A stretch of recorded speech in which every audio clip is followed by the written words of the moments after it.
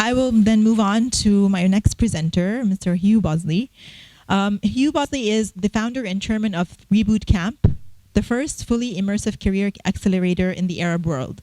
He is applying lessons learned during 30 years as an architect to juice Jordan's tech ecosystem and to increase its competitiveness. The Reboot Camp uses powerful new education technology called extreme learning to rapidly convert knowledge potential into knowledge capital. I will not speak more about this initiative. I'll allow you to speak more about it, but I would like to also add that connected learning and using technology in learning is something that is currently being explored in context of refugees in the MENA region. And so this is a wonderful opportunity to be able to hear about such an initiative from Hugh. Please.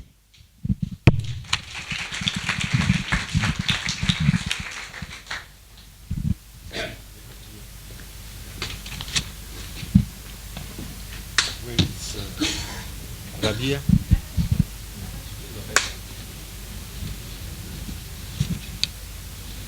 Hey guys, while they're getting that set up, I just want to thank our host, the School of Architecture here and the university, also the sponsors for this program, and you all for coming out. It's great you're interested in this. So it looks like they're running for an adapter. Just a little bit of background on myself. I practiced as an architect for 30 years. I started practicing in 1984. At the age of 54, I quit my job and moved to the Middle East and opened up a school to train refugees to code. So a complete career change in, I guess it was 2015, 2016. So I've been doing this now for 3 years. And it keeps getting better.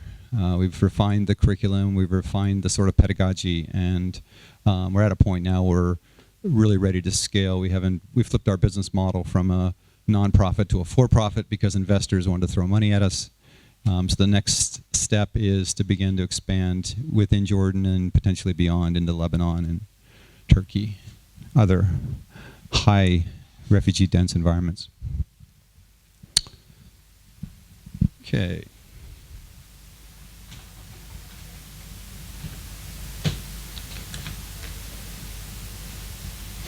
Getting warmer. So, how about Nora? That's incredible what you've done with your program. You've touched thousands of lives and probably will touch thousands of more, so mad respect.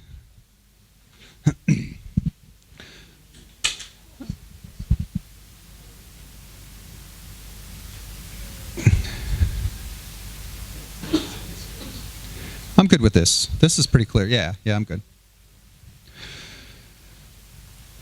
So crisis as opportunity, taking crisis as an opportunity for innovation and sustainable design. That's what this is about. I'm going to be speaking about extreme learning in crisis environment and remediating the lost years.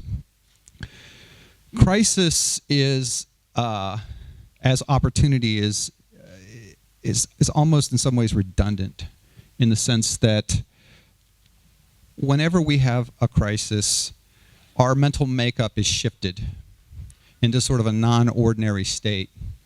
When that happens, it really loosens up the possibility for shifting your frame of reference. It really loosens up the opportunity for a new kind of learning to occur. And that's one of the things that we exploit in the refugee environment, is we take advantage of this sort of disorientation, dislocation, to sort of reorder or to sort of inject new ways of thinking about the world. Now, these may in fact conflict with their existing frames of reference. That's not necessarily a bad thing. It gives them another vantage point. So we'll start out with a story. Muhammad from Damascus, he was walking down the street in 2012 in Damascus and got hit by a sniper.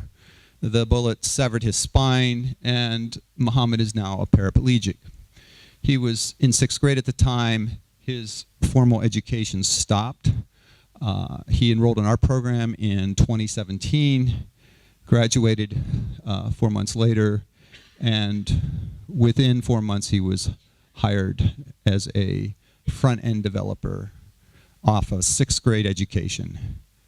No high math, no sort of, all the stuff you get from 6th grade to 12th grade. No university degree, nothing. That's really the power of extreme learning. So let's look at it. What is extreme learning? And what is RBK? So we are a career accelerator based in Amman, and we produce software engineers. Now you can use our pedagogy, our education technology, whatever you want to call it, to produce dental hygienists. You can use it to produce air conditioning air conditioning repairmen. You can unplug JavaScript and you can plug in almost anything. But we use it because there is a high demand for software engineers in the world. There's about 2 million, right now, 2 million vacant seats across the planet that in some way involve technology, cybersecurity, machine learning, data science, software development. So in our school, we have the cohorts are split: 50% Jordanian, 50% refugee, and half are female and half are male. So within a given cohort, we have about 75% are coming from vulnerable populations. And we include women as vulnerable, and you'll see why in a minute. 13% female workforce participation in Jordan. Out of 180 countries, Jordan is 177 on the list of female workforce participation. So huge disparity there. There are about 50,000 unemployed ITC graduates in Jordan. These are computer science majors, software engineering, computer engineering. Universities place about 8% of their graduates annually. So they graduate about 7,000 a year. So this represents about 7 years of graduates that are out there still looking for a job. And out of those 7,000, they may place 500. And the tech sector is a closed sector in Jordan. So these are sort of the challenges that we face. In fact, we place 98% of our graduates within 6 months and 100% within a year. And why is that? Well, we are giving industry exactly what they want. As you guys know, sometimes there's a gap between what the universities are producing and what industry wants. And those are largely non-technical skills. So soft skills, and problem solving, creativity, adaptability, and resiliency, and all those sorts of things. Autonomous learning, which is a huge one. 21st century skills. So the specification, the employee specification has changed in the last 5 years. It was pretty steady for about 200 years. But in the last 5 years, it's changed. Career accelerators are one of the few forms of education that are sort of filling that gap.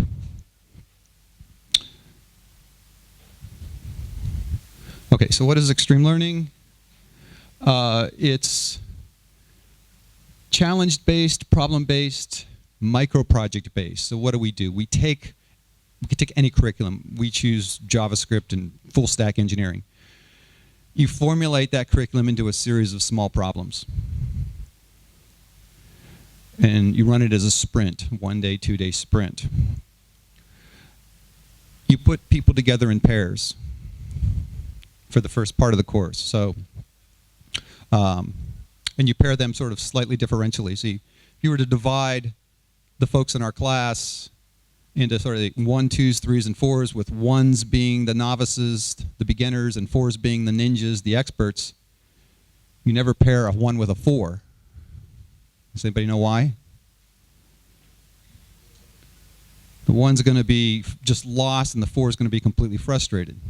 So we pair a 1 with a 2 with a 3, a 3 with a 4, and that sort of, that delta, or that slight differential will create the proper tension for learning. So it's fail-based. We don't, one of the things that I spend a lot of time with my instructional team is training them not to teach. Okay, so we have a team, 10 people for 40 students, the instructional team, another 10 on the back end. The more they teach, the less our students learn. So our role is guided discovery, right? And this is life, right? When you get out, you get a job, you got to solve some tough problems. Your teacher's not going to be there. You need to figure it out yourself. So it begins with fail-based learning. It's heavily facilitated. So we've got 20 staff, 40 students per 40 students. So that's a pretty good ratio, student-staff ratio. It's immersive. It's 12 to 16 hours a day for 3 months. There's a lot of stress, as you can imagine. So we provide a ton of psychosocial support. We have a counselor, and we do all kinds of stuff like yoga and meditation, talking circles, which is an American Indian or North American form of restorative justice, group therapy. All of this combined is what we call extreme learning. And it's a technology because it pulls together some very traditional things, problem-based learning from the 70s, fail-based learning, with Agile Scrum, which is a development technology. So you'll hear me refer to it as an educational technology. This is the reason. This is what it looks like. You can see the students are working in pairs. One computer, one workstation. That's Fatima. She's actually our program director. She was in cohort 1, and we hired her as a facilitator for the next cohort. We promoted her to tech mentor, ultimately to program manager. So she runs our program now. We operate out of a villa, a large villa, surrounded by green. We have a wonderful garden. It's a great model. This is kind of what it looks like up close. You can see we're working on some, here it's object-oriented programming. The curriculum comes across the wire, so it's blended learning in that sense. Actually, the curriculum comes out of San Francisco. We're partnered with a code boot camp there called Hack Reactor. And they get the lessons every day. Sometimes the lessons are 2 days long, and they work together to provide a solution. Now, it may not be a pretty solution, but the beauty about this is they can leverage off each other's cortex to get to a solution, where neither of them could really do it alone. So the dividends of extreme learning are, we're heavily data-driven. So we track 31 personality traits that correlate with leadership, happiness, life success. These are things like empathy, narcissism, entitlement, patience, self-awareness. And we're constantly measuring these things. We have an app, it's a simple app. How are you feeling right now? And it's got 3 emojis, a smiley face, a sort of neutral face, and a sad face. So we're constantly checking their sort of how they self-report, how they're feeling emotionally. We have staff constantly looking at them. And we create these heat maps. And these heat maps, we've got a dozen of them. English language, technical progress, emotional health, autonomous learning. So we track all this. And this is really a function of putting 2 people together. This kind of growth that we're talking about here, this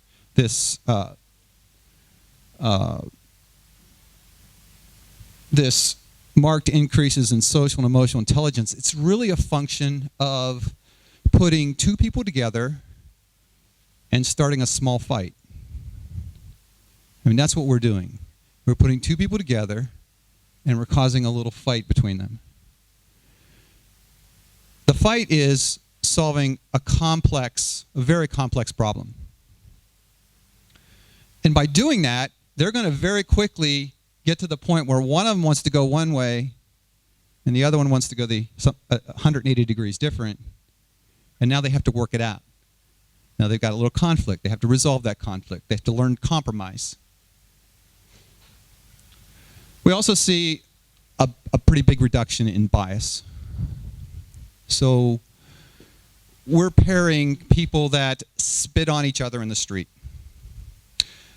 His tribe has been talking crap about his tribe for 2,000 years, right?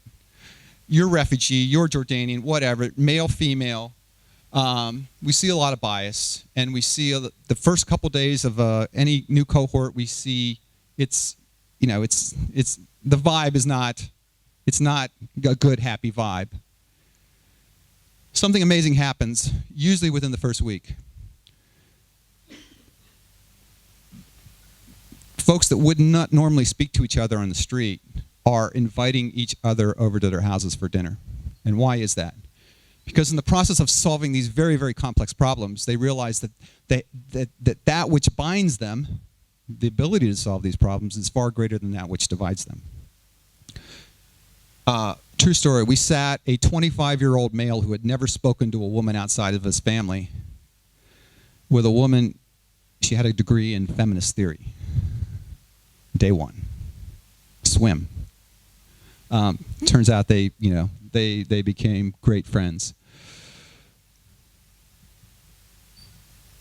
A major dividend, the ability to teach. Why is that important? Okay, so Google spent millions of dollars trying to figure out what separates a winning team from a losing team. They brought in psychologists, they brought in organizational behaviorists, they brought in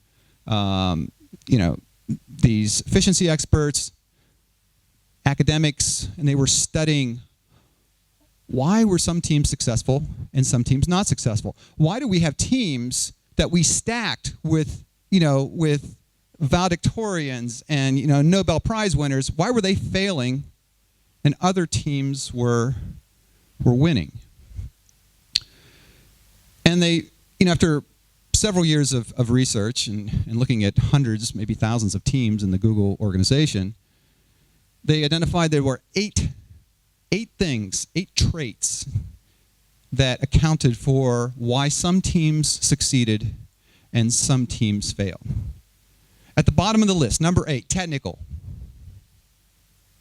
Technical.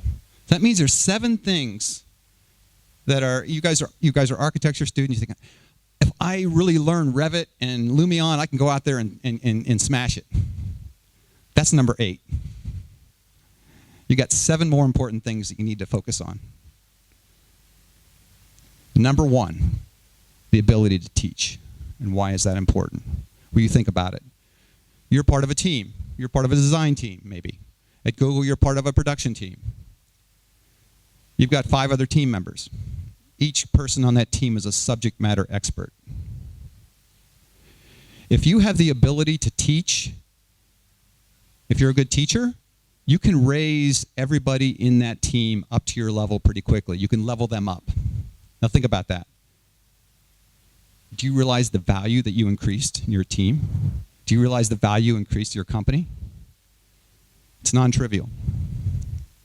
That's number 1. The other stuff you can guess, the soft skills, the problem solving, the autonomous learning, all that stuff.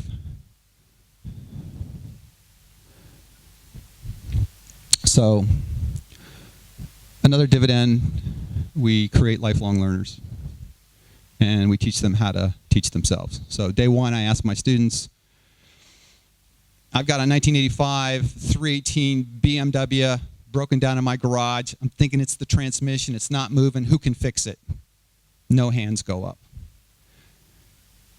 At the end of the program, I ask the same question. Every single hand goes up. They now know where they can find the manual. They could probably find the tools. They can fix it. So in our program, we also see pretty dramatic increases in creative cognition because they're spending 1,400 hours solving problems. We see adaptability, resilience, perseverance. And we create global citizens. Each one of our students owes us 120 volunteer hours when they graduate. What do we do with those hours? We give them back to our partners, INGO partners, local partners. So those are the dividends of extreme learning. Some of those dividends you guys will enjoy here in this architecture program. because it is collaborative based. You're working with people. You have to agree on stuff. You have to agree to disagree. So, your education, the architecture education, is probably the best liberal arts degree that you can get. And by liberal, I'm talking about not just the technical stuff, but the non-technical stuff as well. So a couple of success stories. May from Damascus. I was a dentist. She got to Jordan. She couldn't find work. There's too many dentists in Jordan as it is. She graduated with honors in our program, and she found a job pretty quickly with a healthcare IT company that does dental modeling. So she learned WebGL and 3JS, taught herself in a week enough to pass the technical interview. And now she's working for this company, basically supporting a family of 5. This is not a atypical situation. She was bombed out of 3 places. She arrived in Jordan in 2014. She also works for a healthcare IT company, making about $1,100 a month, which is a pretty good salary, starting salary. Actually, World Bank did a study on us, and they found that our graduates are starting twice what university graduates were starting for. So about $1,200 a month on average. Beer. She was studying accounting in Aleppo, really had no interest in software engineering, but it was an opportunity to get a job. She actually supports 11 family members.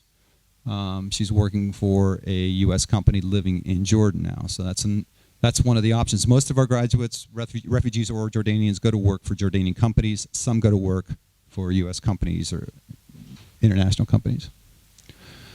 So we give back to our partners with the volunteer hours, of course. On average, our graduates support 6 family members, but we've had them support up to 15. We're giving them a lifetime earning potential of about $1.5 million locally, about 4 or 5 times that on the international market. With each lab we produce, and a lab is 40 seats, we produce about $8 billion of lifetime GDP if the lab lasts 20 years. We have companies now that are coming to Jordan because labor rates are cheap and they can get Silicon Valley trained engineers at a fraction of the price. Expedia was one. There were, in Bellevue, Washington, which is where Amazon is, junior engineers were starting for $180,000. That's crazy. $180,000 a year. So they went looking, and they went looking in Vietnam, in India, and Poland, Ukraine. They settled on Jordan largely because they could count on Silicon Valley trained engineers. And, fundamentally, I think we've been described as a leadership program because these non-technical skills are also the skills that correlate with leadership. And that's my personal goal, is to arm these young men and women with the kinds of mental tools that they'll need to go back and stitch the fabric of their countries back together. We have refugees from Syria, Yemen, Iraq, Palestine, Sudan, Somalia. And of course, we're making a dent in the gender disparity category. So what are some of the physical design? This is a school of architecture. So what are some of the takeaways here? If you're an architect, how can we begin to? What kind of lessons can we learn from this? Very high stress levels, both student and staff. 12 to 16 hours a day. I'm running two shifts of staff. So how can we reduce, through the physical environment, how can we reduce those stress levels? One is vegetation. Trees, plants, even artificial plants have been shown to reduce stress levels. So we chose a villa as a sort of our campus, and that works really good. We've got trees wrapped around us. Diffuse daylighting is pretty important. Even though we're looking at computer screens, sort of northern light or filtered light is essential to sort of emotional wellness. Room to breathe, spaces between spaces for incidental learning opportunities to occur. It's pretty important. We kind of revive the Greek concept of gymnasium, which means mind-body. So giving students an opportunity to recreate, places for ping pong, throwing darts, that sort of thing. And of course, climate control. And because we have students that are physically disabled, it's pretty critical that we make the space accessible. So other design implications, lost learning. So we're now in a situation where we've had refugees that have been out of school in some cases for 7 years, right? How do you take somebody who's 16 years old and put them in a classroom with a bunch of 9-year-olds? It doesn't really work. I don't know, have you tried that? They've tried it in Jordan, it doesn't work. So how can we use this immersive learning technology to sort of rapidly remediate? Well, we can use the students as teachers. In other words, you train a cohort and you take your best, you take the brightest stars, and you use them to facilitate the next cohort. You can use the same sort of problem-based, challenge-based approach that we use. The differential pairing, comparing opposites, of course, that reduces bias. Mindfulness training, we layer in a bunch of that. So twice a day we do guided meditation. For the ones that pray, they go pray. Yoga, meditation. And finally, and this is really important, this is picking up on what Killian was speaking about yesterday, engage the markets. Right? You have the opportunity to, the refugees in Lebanon could be producing, realistically, 10 to 20% of the GDP in 5 years.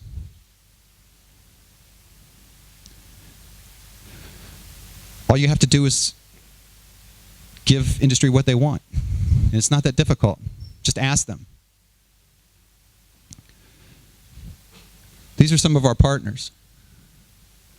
So we got some big ones like Expedia and Amazon, Souk.com, Samsung, and then a bunch of smaller ones like Arabia Weather. We've got over 100 of them right now, and we have some that are special partners where we actually take our students like through another program after they graduate from the 4-month program into, say, a program that specializes for Samsung. What's their technology stack? What are the programming languages that they're using? What's their technical spec or their non-technical spec? So that's it. Thank you.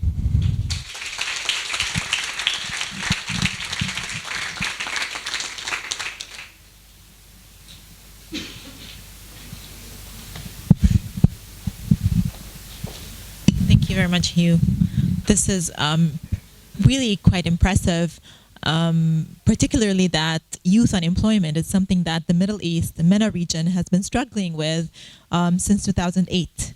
I always tell my students to think about the population pyramid. And the typical population pyramid is a Christmas tree. In some countries in Europe, this Christmas tree has become inverted because now they have very few youth and a lot of elderly people.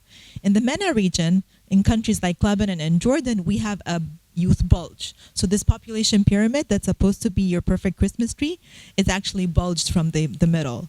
And now with the refugee crisis, these countries like Lebanon and Jordan have more youth. Actually, if you look at the population pyramid for the refugees in Lebanon and Jordan, you also see this youth bulge, even in the refugee population pyramids in these two countries. And so addressing issues of employment and whatnot is something very important.